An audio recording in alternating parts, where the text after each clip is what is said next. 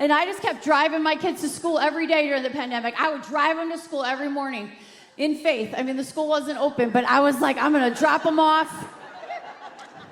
You find your way home.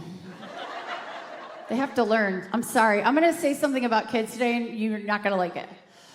We're raising a bunch of wussies. Can I hear an amen? We are raising a generation of... I am not going to do a fundraiser for you to get a Nerf playground, okay? You do not need a Nerf playground. You don't need it. You need to suck it up on the blacktop like we did, okay? You need to go on the merry-go-round wheel of death and see who makes it. That's what you need to do.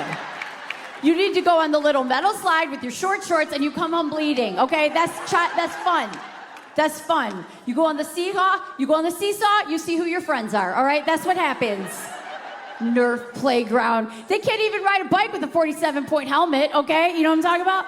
They are too soft, these kids. They gotta, and you know what? The car seats, and like, with the minivans, with the automatic doors. You see these men, we can't get Jimmy's fingers stuck or else he will get his feelings hurt and not go to college, okay? You don't even know pain. You don't even know pain or childhood till you get your little brother's finger stuck in the Toyota and you gotta go inside the house to get the keys and his fingers are still in the car, right?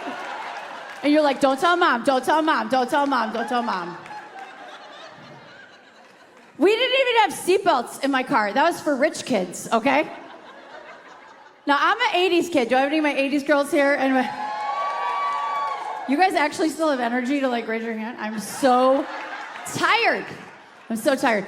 But no, my mom told me in the 80s when I was a baby, she said they didn't have car seats for the baby. Does anyone tell me if that's true? Is that true? So I said, Mom, where'd you put the baby? In the back window of the station wagon, obviously. Which explains why we're all in therapy. And my mom's watching. I want to give a shout out to my mom tonight. Speaking of therapy, yes, I love her. Without my mother, I don't have an act. And so, because therapy is so expensive. My mother's a wonderful Christian woman. She's a Southerner. Do I have any Southerners here today? Not like Fresno, like Southern. You're the real South. Where are you from? North Carolina. Yeah, legit Southerners. So my mother's a Southern Christian. She's a very conservative Christian. We call her church the Frozen Chosen because they don't move at all. Or we also call them Presbyterians. But anyway, it's great to do comedy at my mom's church because they laugh on the inside. And that's fun. But my mother, she gets a solo every Sunday. Every Sunday, she's not in the choir, but she gets that solo. You know that person that's like, woo, I need to sing higher than everybody else around me. I need to sing higher until the worship team returns my phone calls, okay? Like, that's, okay, you know, and then she's like, how great thou art! And you can hear the voice of God going, not so great, Barbara, not so great. Why don't you go to rehearsal instead of watching Dancing with the Stars? Because she goes to two church. Sunday is Dancing with the Stars. Monday is Dancing with the Stars night. And they are on season 187. They have dug up dead people for the last season for Dancing with the Stars. I said, Mom, no one cares about that show. She said, yes they do. 47 million Americans just voted last season on the finale.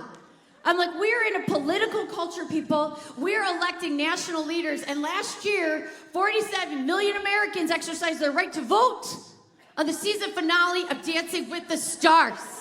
Let that sink in. So the next time we elect a president, we're going to take the top two candidates and we're going to make them dance it out, okay? Because wouldn't you have watched Biden and Trump do a samba? I would have watched that debate. Dance it out like Grease.